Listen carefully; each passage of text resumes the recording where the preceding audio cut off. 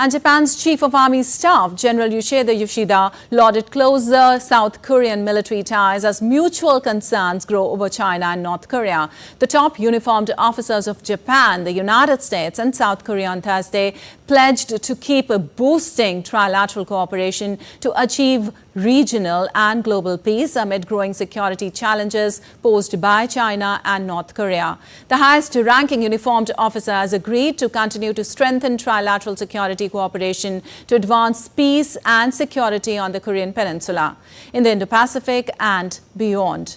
Yoshida called on Japan, South Korea and the United States to demonstrate their strong unity domestically and globally to ensure regional peace and stability.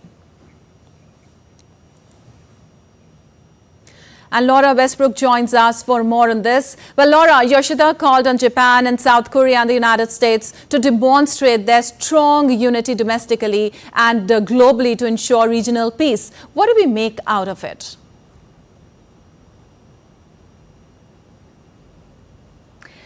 Yes, we have had a statement from these three joint chiefs, from the defense chiefs from the United States, South Korea and Japan, where they really reaffirmed that they want to strengthen trilateral cooperation. They also urged North Korea to cease its destabilizing activities, including its nuclear development program, and also they condemned North Korea for its expanding ties with Russia. They also said that they opposed unilateral attempts to change the status quo by force in the Indo-Pacific that was really targeted at China. And they said they called on China they called China's activities escalatory, dangerous and aggressive in the South China Sea. But analysts have also said particularly noteworthy coming out of this meeting is the increased bilateral cooperation between South Korea and Japan.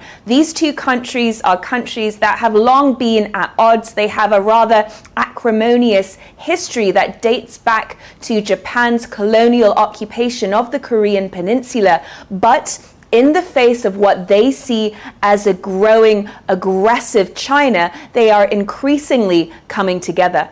All right, Laura, also Japan and South Korea meeting shows just how far the bilateral relationship has come under South Korean President Yoon Suk Yeol, and that will benefit both the countries. How do you analyze this? Yes, indeed. We have seen these two countries growing increasingly close in the last few years, particularly under President Yoon Suk Yeol's leadership. And as well, the United States, Japan and South Korea are also increasingly coming together. This follows a trilateral summit that those three countries held together in Camp David last year. And I spoke to an analyst, Drew Thompson, from the Lee Kuan Yew School of Public Policy, and he told me that South Korea is increasingly catching on to looking at that its security interests extend beyond North Korea and into the region emanating from China. He said that this is a recent development and that this is something that Japan has been saying, but this is now something that South Korea is concerned about. And so that's also part of the reason why we're seeing these two countries come together, because in the face of what they see as that growing aggressiveness from China, coming together to form a collective security strategy is what they're doing. And so we have seen the United States, Japan and South Korea hold military exercises in the past month. And on the other side, we've seen China hold military drills with Belarus. And this was in the south of the country near Ukraine. China and Russia are also holding their own military exercises in the past week.